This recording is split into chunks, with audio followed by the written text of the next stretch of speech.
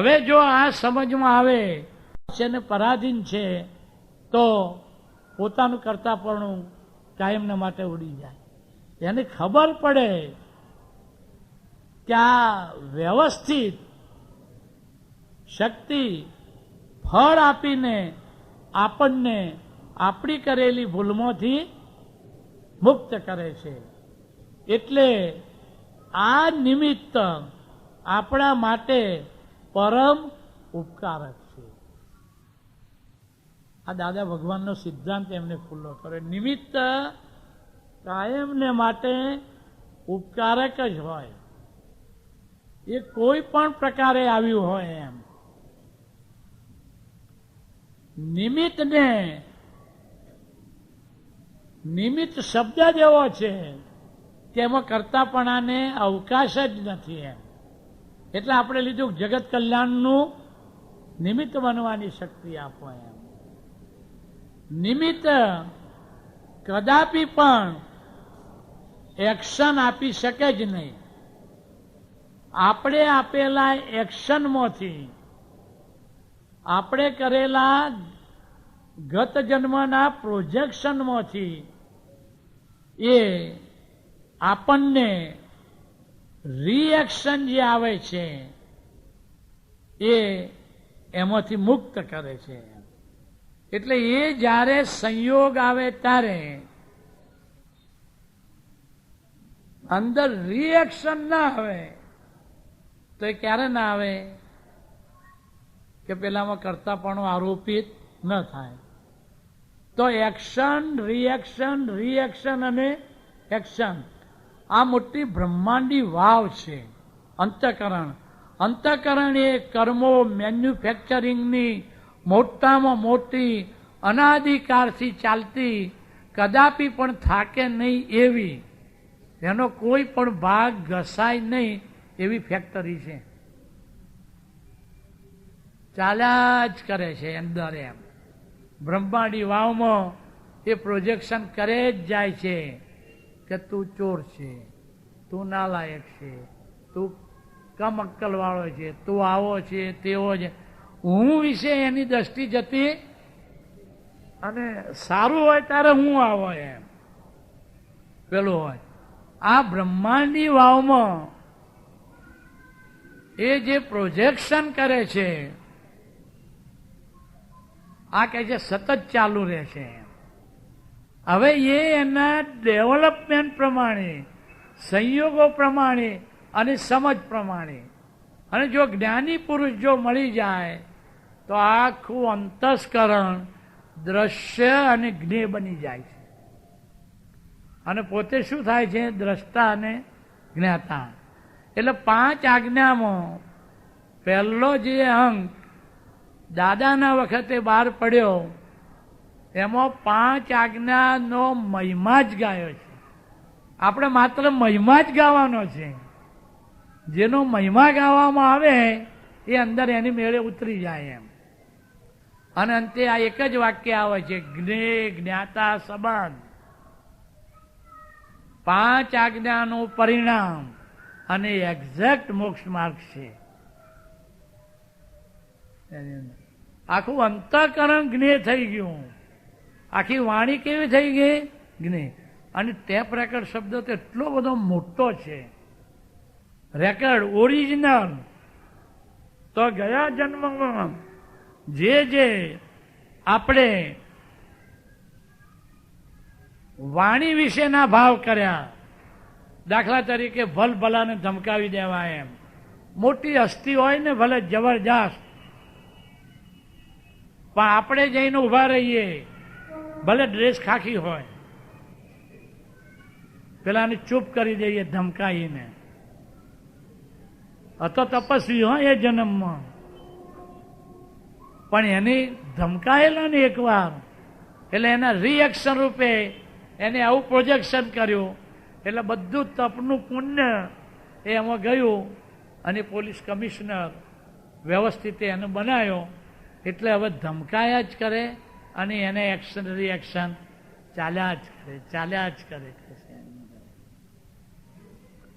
હવે જો આપણને ખબર પડે કાં તો રેકર્ડ વાગે છે. આપણા અનુસંધાનો નહીં, સામેની વ્યક્તિના અનુસંધાન હોય. તો આપણે એક ટેપ અંધારામાં ભૂલથી ટેપ મૂકી દીધું અને બોલે જ ગયા કે તું ચોર છે, તું આવો છે, તું તેવો છે. નકામોમાં નકામો માણસ છે. ઘડિયાળના 3 કાંટા અંદર લડવા લાગે તો ઘડિયાળની શું પરિસ્થિતિ થાય વિચારવા જેવી છે. આ કાળમાં ફેમિલીમાં બધી જ પ્રકૃતિઓ કેવી હોય? ભિન્ન ભિન્ન. કોઈ મોડા ઉઠનાર હોય, કોઈ વળી વહેલો ઉઠનારો હોય, કોઈ વળી વહેલો ઉઠી અને બધા કાગળિયા ફાડવા બેસી જાય, એમાં કામના એ ફાડી નાખે. એટલે પેલા બૂમો પાડે કે એટલે તે વહેલા ઉઠીને કરીશું એમ. બહુ ભિન્ન ભિન્ન પ્રકૃતિઓ હોય આ કાળમાં. પહેલાની માફક ગાર્ડન જેવું નહીં. પહેલા તો સજ્જન હોય એના ત્યાં સજ્જન જ હોય. ચોર હોય એના ત્યાં એવો ઉસ્તાદ ચોર છોકરો થયો હોય કે એ રોહિણી ચોર છે ને એને એ તપી જાય એમ. પણ અત્યારે કે છે કે ઘડિયાળના કાંટા માફક બગીચા જેવો હોય. કેવું સરસ ગુલાબ હોય અને પાછા અંદર જોડે કાંટા હોય. ગુલાબની જરૂર હોય તો તમે કાંટાઓ જોડે એડજસ્ટ એવરી વેર કરીને ગુલાબનું લો. એટલે દાદાએ સમભાવે નિકાલમાં કહ્યું કે સામે છોકરો હોય, તમે કહો કે ભાઈ પેલી વસ્તુઓ લઈ આવીને હવે મહેમાન આવવાના છે, તમારે તો બોલવાનું.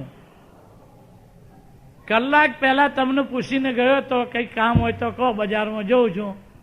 ત્યારે તમે કહ્યું કે શું કામ નથી, મને નવરો જોવો છો ને. હવે શું કરવું? આપણે તો ટેલિફોન પછી આવ્યો હોય અને આપણામાં જવાની હવે પગમાં શક્તિ રહી હોય, કારણ કે એમને મોટા કરવામાં જ બધા પગ ઘસાઈ ગયા હોય કમરની બે. તો કે આપણે ટાઈમ બિંગ છોકરાના એ છોકરા થઈ જવાનું અંદર ડ્રામામાં, અને અંદર કહેવાનું કે ભાઈ તું વાત સાચી કરે છે પણ તારા વિના આ કામ થાય એવું, આ બાપાથી કશું બને એવું નથી. એટલે પેલાને એમ થાય કે નહીં, આજે પહેલી વાર આ બાપાને મારી હાજરીનું ઇમ્પોર્ટન્સ સમજાયું લાગે છે. તો આજે તો કામ કરવું જ પડશે. તો આપણે તો કામ કાઢી લેવાનું છે ને. સમભાવે નિકાલ બહુ ઊંચો શબ્દ છે કે છે. સામે ના હોય એ ક્યારે થાય કે લઘુત્તમ પદમાં આવે તો જ થઈ શકે, નહીતર બંનેના અહંકાર અથડાયા સિવાય રહે જ નહીં કે છે. એમ પેલામાં જો કર્તૃત્વ વાળું, પેલાને આવે કે છોકરો જેવું કહે કે બાપા તમારે તો બોલવાનું જ છે, આપણે તરત આવે કે આ ટેપ વાગી. કોને પ્રોજેક્શન કરેલું? આપણે જ. આપણે જે વાવમાં બોલ્યા હોઈએ એ સાંભળવાનું કોને આવે?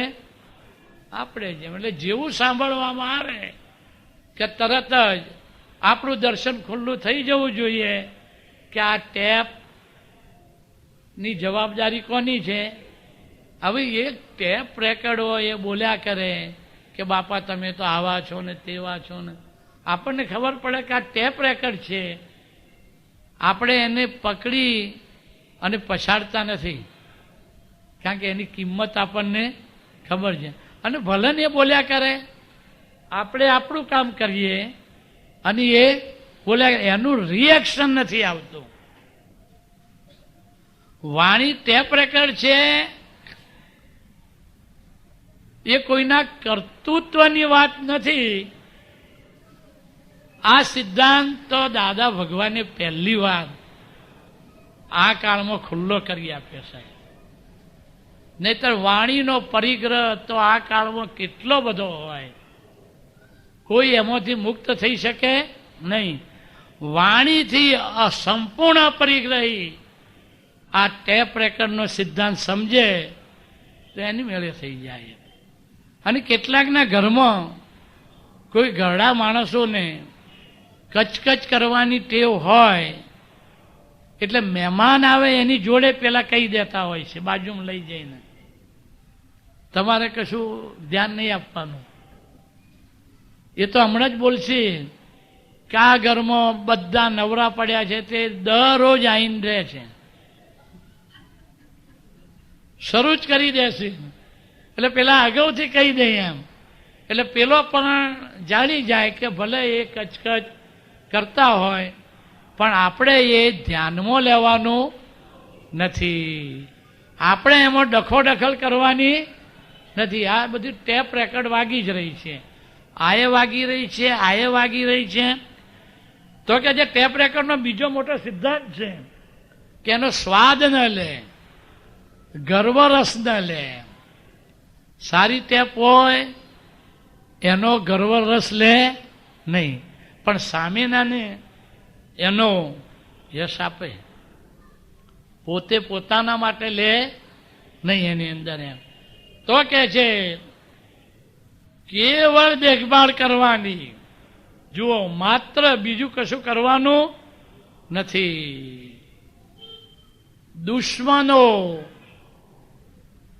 જે ફોરેન સત્તા છે અને આ હોમ સત્તા છે એની વચ્ચે જે લાઈન ઓફ ડિમાર્કેશન કરી આપી છે જ્ઞાની પુરુષે, ભેદરેખા, ભેદાંકન.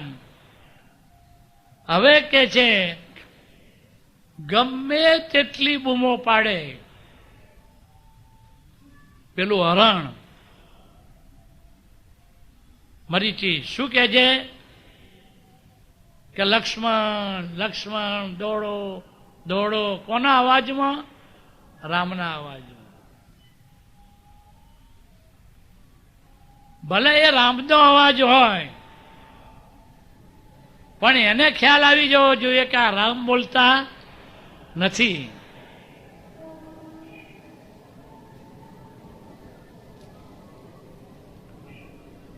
તો રામચંદ્રજીને એ ખબર નહીં પડી હોય ન હોય. સીતાજીએ કહ્યું કે આ મૃગ જાય છે, એની સ્કીન ચામડી સોનાની છે, તો એ તમે લાવી આપો. તો એ ભાષામાં સંસ્કૃતમાં તો કંચું કે બ્લાઉઝ ને એવું ના બોલે, પણ એવું બધું. તો રામચંદ્રજીને એવી ના ખબર પડે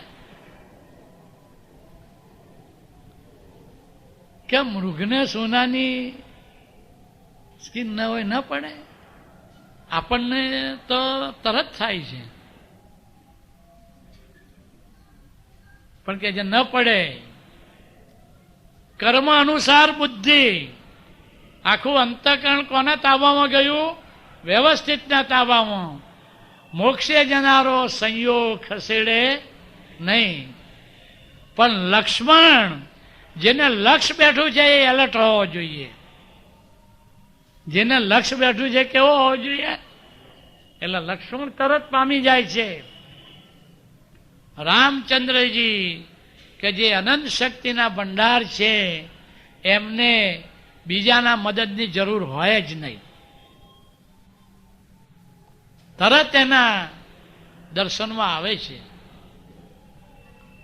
પણ સીતાજી, રામ એટલે સ્વસત્તા, સ્વરૂપમાં રમણતા. એ જો નીકળી જાય હરણની પાછળ, હરણ એટલે દુનિયાની કોઈ ચીજ વસ્તુ, કે તરત જ સીતાજી છે વિહવળ થઈ જાય છે. સીતા એટલે શાંતિ, સનાતન શાંતિ, સુખ. એટલે એ એકદમ લક્ષ્મણ ઉપર તૂટી પડે છે કે તમારા ભાઈ મુશ્કેલીમાં છે ને તમે તો હાલતા જ નથી. એ વખતે લક્ષ્મણ, જે લક્ષ્મણ રેખા દોરે છે, સંયોગોમાં ઓળંગવાની નથી. સીતા માતાને એટલું કહે છે. આજ્ઞા રૂપે 5 આજ્ઞા એ એવી લક્ષ્મણ રેખા છે કે સ્વસત્તા ને પરસત્તા, બધું કેવું છે પર છે ને, અને પોતાનું કેવું છે પોતાની સ્વસત્તા. સ્વક્ષેત્રે સ્વસત્તા ફાળવવામાં આવે તો પરમાત્મા થઈને ઉભો રહે એમ, અને તો પેલો એની મેળે સંવરપૂર્વકની નિર્જરા થાય. આટલું કહીને રામચંદ્રજી ગયેલા, લક્ષ્મણ ગયો અને રાવણે જોયું. જો બાવો એવો મોટો ચીટર છે રાવણ, એટલે ત્યાં નહીં જોતા. એ તો બહુ મહાન વિદ્યાધર હતા, અને એવા મોટા વિદ્યાધર કે જેની કોઈ કલ્પના ના આવે. પણ આ બાવો છે એ મોટો ચીટર છે. એ આ કપડામાં જઈને ભિક્ષા માગે તો સીતા આપે નહીં, પણ સાધુ સંન્યાસીના કપડા પહેર્યા હોય તો પેલોને એમ થાય કે ઘર આંગણે કોઈ પણ ભિક્ષામ દેહી કે તારે આપણો ધર્મ છે, ગૃહસ્થ ધર્મ છે, આપવું. એટલે બાવાએ કયો પહેરવેશ લીધો? સંન્યાસીનો. અંદર જે ગ્રેટ ચીટર છે. અને સીતાજી પાસે એને પહેલા તો નજીક જવા પ્રયત્ન કર્યો. પર સત્તા અને સ્વસત્તા, પરદ્રવ્ય અને સ્વદ્રવ્ય ટંકોત ગુણને કારણે સ્વભાવથી જ એવા જુદા છે કે ગમે તેટલા હલાવવામાં આવે તો પણ મિશ્રિત થાય, પણ સંયોજિત થાય, એકરૂપ થાય નહીં. એટલે પહેલા એ પ્રયત્ન કર્યો આમ, અને જેવી અગ્નિ રેખા આમ થઈ કે તરત એ તો કેટલીય વિદ્યાઓનો જ્ઞાતા તો પામી ગયો કે આ લક્ષ્મણે લક્ષ્મણ રેખા મૂકી દીધી છે.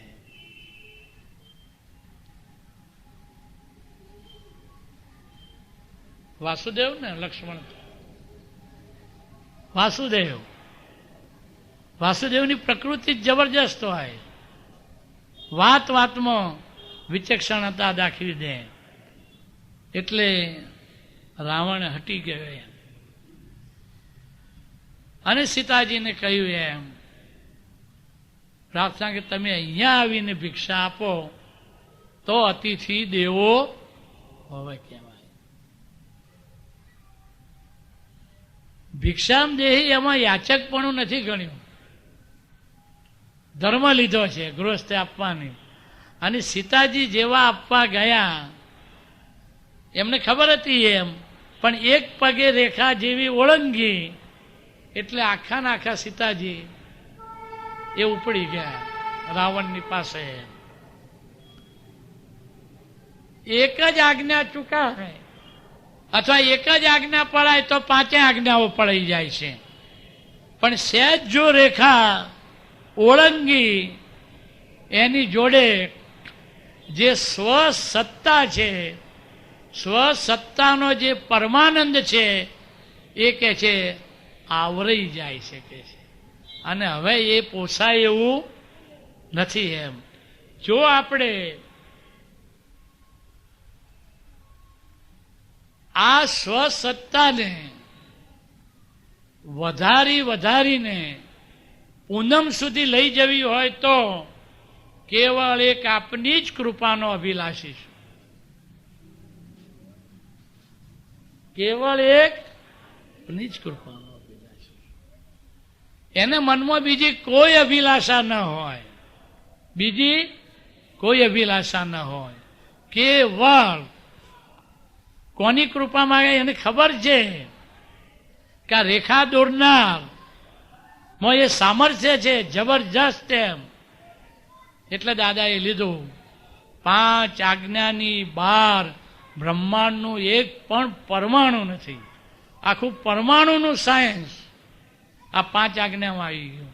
તો નિશ્ચયનું સાયન્સ પણ 5 આજ્ઞામાં આવી ગયું એમ. રિલેટિવ વ્યૂ પોઈન્ટ એ કે છે પહેલી આજ્ઞામાં આવી ગયું. એમાં આખું પરમાણુનું સાયન્સ આવી ગયું, વ્યવસ્થિત આવી ગયું, ક્રમબદ્ધ પર્યાય આવી ગયા, 5 સમવાય કારણો આવી ગયા, દ્રવ્ય, ક્ષેત્ર, કાળ બધું જ જેટલું પરમાણુ લગતું છે એટલું બધું એમાં આવી ગયું. અને પેલી બાજુ ચેતનને લગતું હું શુદ્ધાત્મા છું એમાં આવી ગયું કે છે. હવે કે છે આ કે છે એની અંદરની ઈચ્છા બતાવે છે કે કેવળ એક આપની કૃપાનો જ અભિલાષ છે. જગતની કોઈ પણ ચીજની મને હવે અભિલાષા નથી, ખપ નથી જોઈતી, પણ એક તમારી કૃપા જોઈએ છે. કારણ કે તમારામાં એ સામર્થ્ય છે. તો કે તીર્થંકર ભગવંતોમાં નહીં, તો તીર્થંકર ભગવંતોમાં તો સંપૂર્ણ, પણ અંદર કઈ લાલચ પડી હોય તો તીર્થંકર ભગવાન એટલા બધા વિતરાગ છે કે લાલચ કાઢવા માટે એ કોઈ ખટપટ કરે નહીં.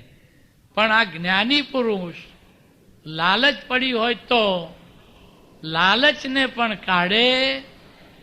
પેલા લોકો સૂઈ ગયા હોય તો સંદેશા મોકલે, વારંવાર બોલાવે, જ્ઞાન વિધિમાં બેસાડે અને જેટલું એમનાથી બને એટલું બધું જ કરે. માટે એમની કૃપાના આપણે શું છે, આપણને મોક્ષદાતાનું મૂલ્ય સમજાય તો એની કૃપાની અભિલાષા થાય. હવે એ એમ કહે છે કે કૃપા તમને આપી દીધી છે. 5 આજ્ઞા એ મોટા મોટી કૃપા છે, એ તમને આપી દીધી. 5 આજ્ઞા એ દાદા ભગવાન છે અને 5 આજ્ઞાની સમજમાં દાદા ભગવાનની કૃપા રહેલી છે. દાદા ભગવાનની કૃપા હોય તો જ્ઞાનીનો રાજીપો એની મેળે આવે જ કે છે. આ સમજ હોય તો કેવળ એક આપની જ કૃપાનો અભિલાષી છું. આપના ચરણારવિંદ મારા હૃદયમાં સ્થાન પામો. આ બહુ મોટું વાક્ય છે. આખા શરીરમાં નીચેમાં નીચે ચરણ છે, એ પકડે તો નીચે પડવાને કોઈ અવકાશ રહે નહીં. એમ ઊંચે ચડે તો પડવાને સતત ભય છે. એમ જીવતો માણસ હોય અને પાણીમાં પડે તો એને મરવાનો ભય રહે, પણ મરી ગયો હોય અને એ મળદું પાણીમાં આવે તો પાણી જે મળદાને બહાર ખેંચી દે છે, પ્રકૃતિ જ એને બહાર કાઢે છે. એ મરજીયાઓનો આ વાત છે કે છે. તો કે છે ચરણમાં એક એવી શક્તિ છે કે એ દ્વારા જ્ઞાનનો ફ્લો જ્ઞાની પુરુષ કૃપા થકી એ મહાત્મામાં રેડતા હોય છે. આજ્ઞા ચક્ર કે જ્યાં આ ભાવમન હોય છે ત્યાં શુદ્ધાત્માનો ભાવ ત્યાં સ્થિર પ્રતિષ્ઠિત કરતા હોય છે, પેલા જગતના બદલે. એમ આ કે છે ચરણારવિંદ અત્યારે હૃદયમાં જે બધું ચાલી રહ્યું છે, ધમ મસાન બધું, કેટલી ચંચળતા ને એમ, એ બધું જો આખા બોડીમાં કોઈ વધુમાં વધુ નાજુક ભાગ હોય તો એ હૃદય છે સાહેબ. સહેજ કઈ થાય અને એવો અંદર ખળભળાટ થાય છે કે આખા બોડી ઉપર અને આસપાસ એની અસરો થઈ જાય છે. એ હૃદયમાં જો જ્ઞાની પુરુષના ચરણારવિંદનું સ્થાન આપવામાં આવે. આગળ જુઓ કહ્યું છે આ એ જ્ઞાન મારા હૃદયને વિશે સંસ્થાપિત રહો. સંસ્થાપિત એટલે બે અર્થ થાય છે. એક તો વેલ એસ્ટાબ્લિશ કે દુનિયાની કોઈ પણ સત્તા ક્યારે એને ઉખેડી શકે, હું પોતે પણ એવું અંદર સ્થાપિત કર્યું હોય. અને બીજું સમ એટલે પોતે, એની એટલી બધી સમજણ થઈ હોય આ વિજ્ઞાન વિશેની, જ્ઞાની પુરુષના વિરાટ સ્વરૂપની, એના ચરણારવિંદની કિંમત, કે જાતે એ ચરણારવિંદ લઈ અને ક્યાં સ્થાપિત કરે છે? હૃદયમાં. બીજાએ જો સ્થાપિત કર્યા હોય ને તો ઝંઝાવતના સમયે વેલ્યુ એને નહીં સમજાય, પણ પોતાને વેલ્યુ સમજાય છે એટલે હૃદયમાં એનું શું કરે છે? જતન કરે છે. ચરણારવિંદ હૃદયમાં સ્થાન હો આ લઘુત્તમ પદનું. એટલે દાદા ભગવાન પહેલી વાર અહીંયાથી યુએસએ ગયા એ વખતે એક મેજિસ્ટ્રેટ સાહેબ એ આવેલા હતા અને દાદા ભગવાન જેવા આયા, અસીમ જય જયકાર હો, તો મેજિસ્ટ્રેટ સાહેબ નીચે બેઠા હતા તાજા. એટલે દાદાએ કહ્યું કે તમે અહીંયા નીચે, એટલે કહેવાનો આશય શું? કે પેલોએ કહ્યું કે દાદા તમારી કૃપાથી અમારા એટિકેટના જે ભૂત હતા બધા જતા રહ્યા, તમે કહો તો હવે તો ધૂળમાં આળોટીએ એમ. એ ચરણારવિંદ લઘુત્તમ પદ એ મારા હૃદયમાં કાયમને માટે રહો, સ્થાન પામો. તો પછી કે છે પોતાનું શુદ્ધાત્મા પદ છે, હું શુદ્ધાત્મા છું. એ બીજી ચોથ પાંચમ એ એની મેળે કે છે થયા કરે. અને હું નિશ્ચય નિર્ણયથી, કેવળ નિશ્ચયથી, એટલે કોઈ દિવસ ફરે જ નહીં. ફરે નહીં એટલે ગમે તેટલા પ્રલોભનો આપે એક માણસ આવીને, જેમ મહાભારતની અંદર કર્ણની આગળ બધા પ્રલોભનો મૂકી દીધા. કૃષ્ણ ભગવાને કહ્યું કે તું આ 5 ભાઈમાં મોટો ભાઈ કહેવાય, અને ભારતીય રાજ્ય શાસન વ્યવસ્થા પ્રમાણે મોટા ભાઈને શું મળે? રાજ્ય. આજે તને ડિક્લેર કરું કે તું આમનો મોટો ભાઈ છે તો 5 તારી સેવામાં હાજર થશે અને તું આ રાજ્યનો શું થઈશ? અધિકારી થઈશ. અને પેલામાં તો તું બીજાનો આસિસ્ટન્ટ, આ તે પેલાની આગળ આમ બધું બદલાય છે, પણ એ પાટલી બદલે એવો હતો ને સૂર્યપુત્ર હતો. કેટલીય ધમકી આપી અને કૃષ્ણ ભગવાનની એ ખબર હતી એમ. પણ એમને એક ખ્યાલ હતો કે આના બળે દુર્યોધન જે જોર કરે છે, જો એકવાર એ આ બાજુ આવી જાય તો પાછો મેન ઓફ પ્રોમિસ છે. પ્રોમિસ આપે તો પછી એ પ્રમાણે કરે. પણ પેલો વિચલિત થયો નહીં, એને નિશ્ચય કહે છે. પોતે શુદ્ધાત્મા છે એવો નિશ્ચય નક્કી થયા પછી સામે ગમે તેવા રિલેટિવના સંયોગો રિયલનો પોશાક પહેરીને આવે, ગમે તેવા સુખના વાઘા પહેરીને આવે, ગમે તેવા કર્તૃત્વના વાઘા પહેરીને આવે, તો પણ નિશ્ચય નિર્ણયથી હું શુદ્ધાત્મા અકર્તા છું, પરદ્રવ્ય પરક્રિયાનો એ નિશ્ચય એનો તનિક માત્ર પણ ખસે નહીં. એમ અફર રહે, કોઈ જે ફરે. અને નિર્ણય એટલે એને સમજથી બધી તારવણી તારવી હોય કે આ તત્વ, આ ચેતન આમ તારવતા તારવતા સંસરણ માર્ગની અંદર તારવતો આવ્યો હોય કે હું આ શરીર ન હોઉં, હું કોણ છું?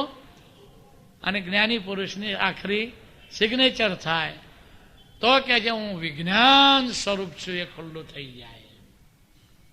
હું એટલે ઉપયોગ ઉપર ઉપયોગ એ કેવળ જ્ઞાન સ્વરૂપ છે. ઉપયોગ ઉપર એ કેવળ જ્ઞાન સ્વરૂપ છે. અને વિજ્ઞાન સ્વરૂપ એ ગજ સુકુમારને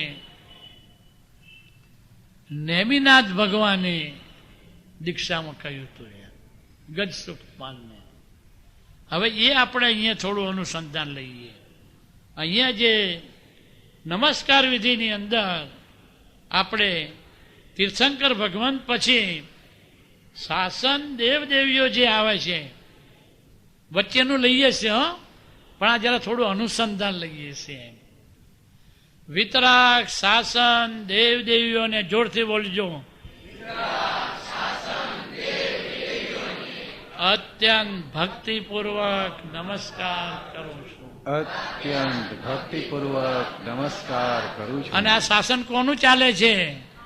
મહાવીર સ્વામી. અને દાદા ભગવાન શું કહે છે કે અમે મહાવીર સ્વામીના શાસનના શણગાર છીએ. એટલે શાસન દેવદેવીઓ મહાવીર સ્વામીના એમને અત્યંત ભક્તિપૂર્વક નમસ્કાર કરીએ છીએ. હવે આ જે શાસન દેવદેવીઓ હોય, તીર્થંકર ભગવંત સાથે જ્ઞાની પુરુષ સાથે એ અગાઉથી ઉપકાર વશ સંકળાયેલા હોય. કેવા? ઉપકાર વશ સંકળાયેલા.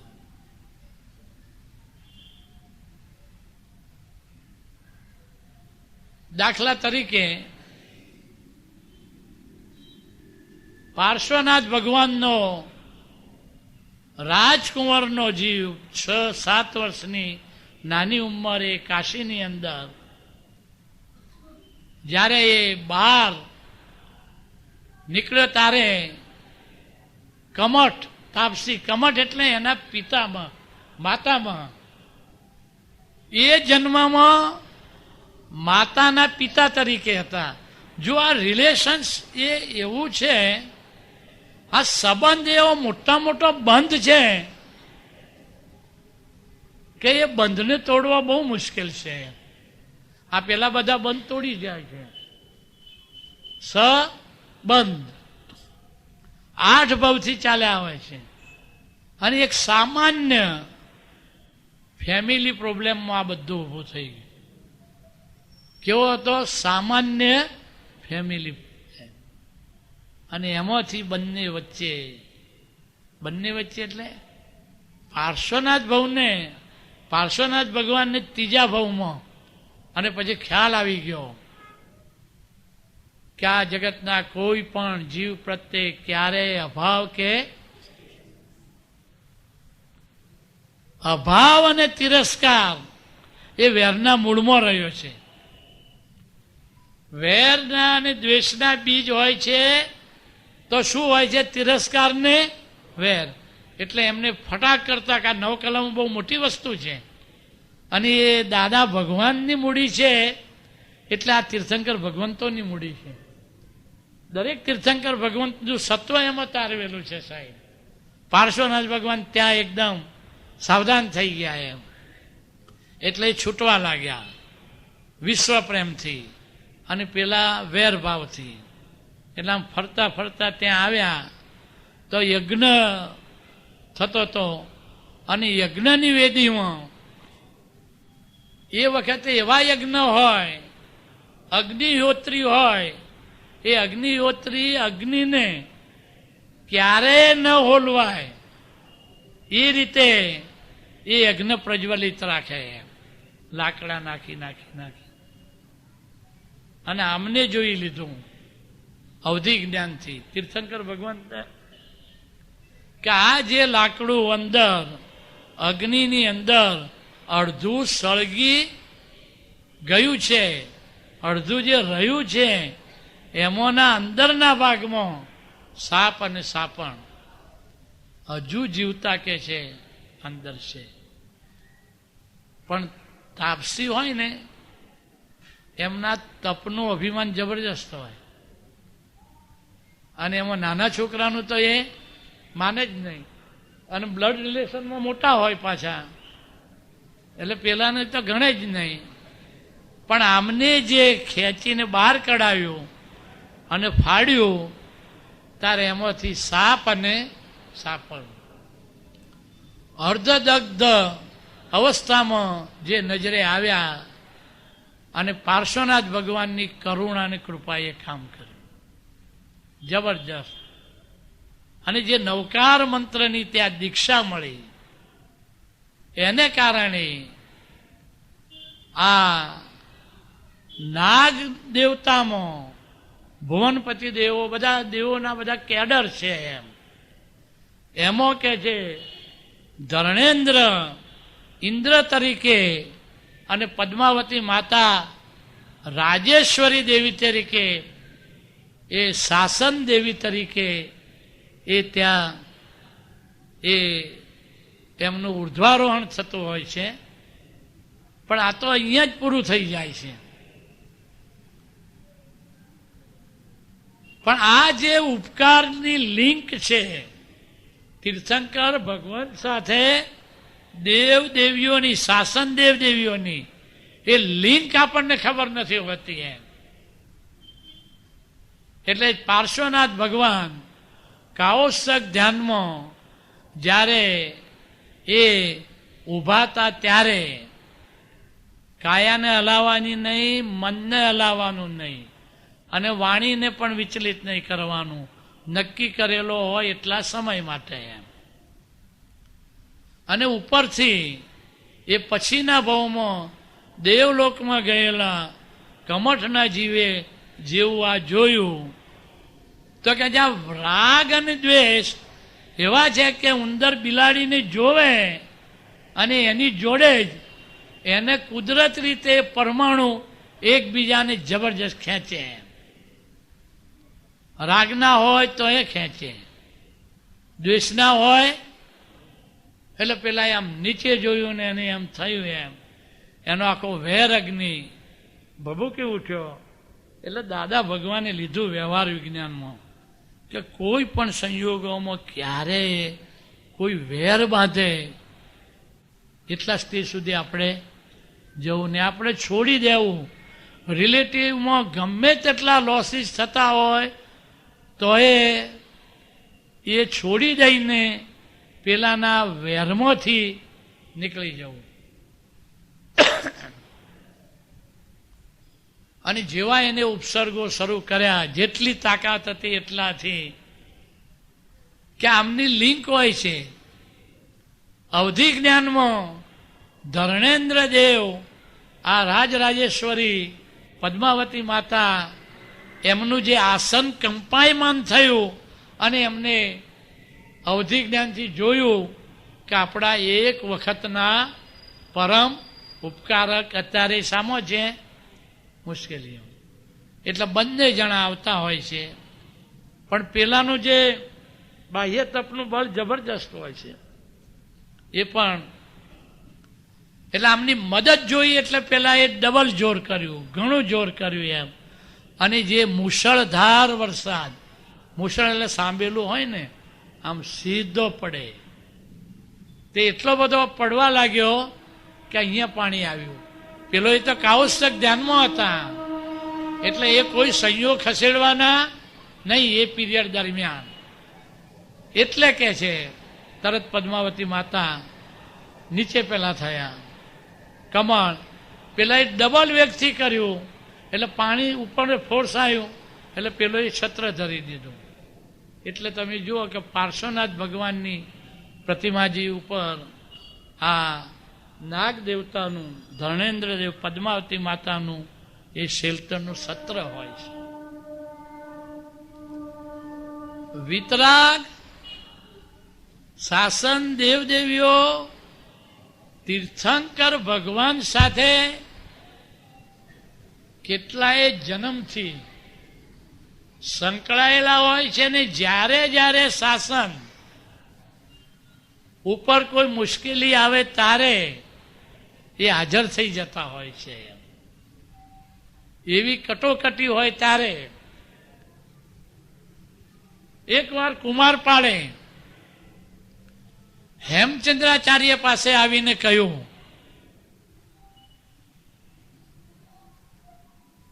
કે તમે કહ્યું એ પ્રમાણે રાજધર્મ તો મેં સ્વીકારી લીધો, અમારી ઘોષણા કરી, બધું જ કર્યું એમ. હવે તમે કોને મારું શું થશે? હેમચંદ્રાચાર્ય નહીં આવું એ વખતે સ્ફુરેલું નહીં.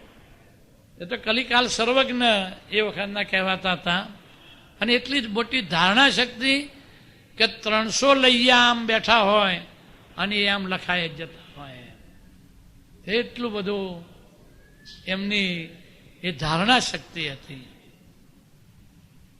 હવે રાજા હોય ને એના મનનું સમાધાન જો ન થાય તો જબરજસ્ત મુશ્કેલી આવી પડે. એટલે એમને પદ્માવતી માતાની કરી. પદ્માવતી માતા પ્રસન્ન થયા અને પદ્માવતી માતાએ શું કહ્યું કે પદ્માવતી આ માતાએ ને પ્રસન્ન કર્યા એટલે પદ્માવતી માતા સિમંદર સ્વામી ભગવાન પાસે જતા હોય છે અને પ્રશ્ન કરે છે. ત્યાંથી એવો જવાબ મળે છે કે જેની નીચે આ બે ઊભા હોય એટલા ભાવમાં એમની મુક્તિ થાય, મોક્ષ એટલા ભાવ એમના. ત્યાં આવીને જોયું કુમારપાળ એક કેળનું એની જે ડાળી હતી, ડાળીની અંદર 3 પાન હતા, એના નીચે ઉભેલા. હેમચંદ્રાચાર્ય આંબલી એની ડાળ જેના અસંખ્ય પાનાઓ નીચે ઉભેલા. અને આ જેવું કહ્યું સૂક્ષ્મ રીતે હેમચંદ્રાચાર્યને, તો હેમચંદ્રાચાર્યને પેલાના તો 3 જ ભાવ રહ્યા અને હેમચંદ્રાચાર્યના તો કેટલાય બધા ભાવ. તો પણ હેમચંદ્રાચાર્યની પોઝિટિવ દ્રષ્ટિ જુઓ. એમને કહ્યું આટલા ભાવ પછી મોક્ષ તો ખરો ને, પૂર્ણ વિરામ તો આવી ગયું કે નહીં? ભલે એ લાખ હોય 10 લાખ હોય પણ એના અંતે મોક્ષ તો ખરો કે નહીં? કે ખરો. એને એટલો બધો ઉલ્લાસ થયો હેમચંદ્રાચાર્યને આ જાણીને કે મને મોક્ષ નક્કી છે મારો. એટલો બધો ઉલ્લાસ થયો, એટલો બધો ઉલ્લાસ થયો, એટલો બધો ઉલ્લાસ થયો કે એના જે ભાવ હતા એ એમાં ઓગળી ગયા. આત્મ ઉલ્લાસ હોય એવી જબરજસ્ત શક્તિ છે, જબરજસ્ત. અને આપણને તો એકાવતારી કહે છે. તો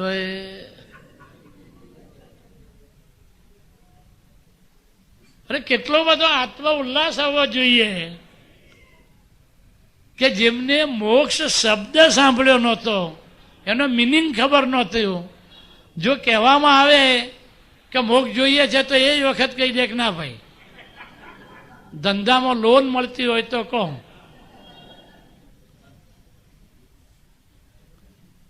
મોક્ષનું લક્ષ્ય તો દાદાએ બેસાડી આપ્યું. નિમિત્ત એટલું બધું પાવરફુલ થયું કે એને આખું ઉપાદાન બદલી આપ્યું. એક અવતારી, પેલોને તો આટલા બધા, અને એટલો આત્મ ઉલ્લાસ થયો, હવે મારો મોક્ષ નક્કી થઈ ગયો. એમાં બધા ભાવ ફટાફટ.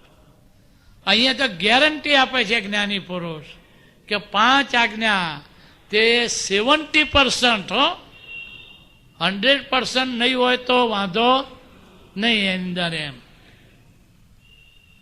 નક્કી તમારે એકા અવતારી. એમ પેલી બાજુ કુમારપાળ, આ હેમચંદ્રાચાર્ય, બંને મોક્ષે સાથે જવાના.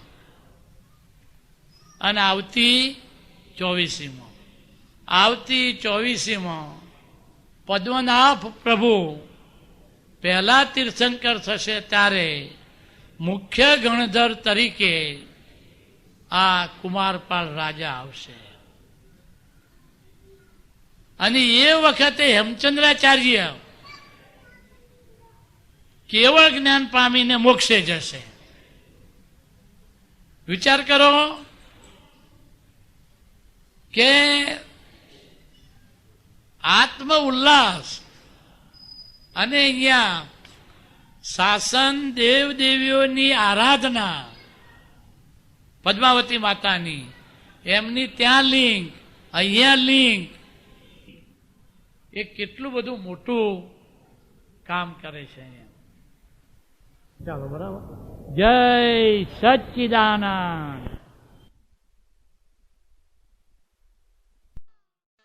દાદા ભગવાનના અસીમ જય જયકાર હો. દાદા ભગવાનના અસીમ જય જયકાર હો. દાદા ભગવાનના અસીમ જય જયકાર હો. દાદા ભગવાનના અસીમ જય જયકાર હો. ઓ દાદા ભગવાનના અસીમ જય જયકાર હો. દાદા ભગવાનના અસીમ જય જયકાર હો. દાદા ભગવાનના અસીમ જય જયકાર હો. દાદા ભગવાનના અસીમ જય જયકાર હો. દાદા ભગવાનના અસીમ જય જયકાર હો. દાદા ભગવાનના અસીમ જય જયકાર હો.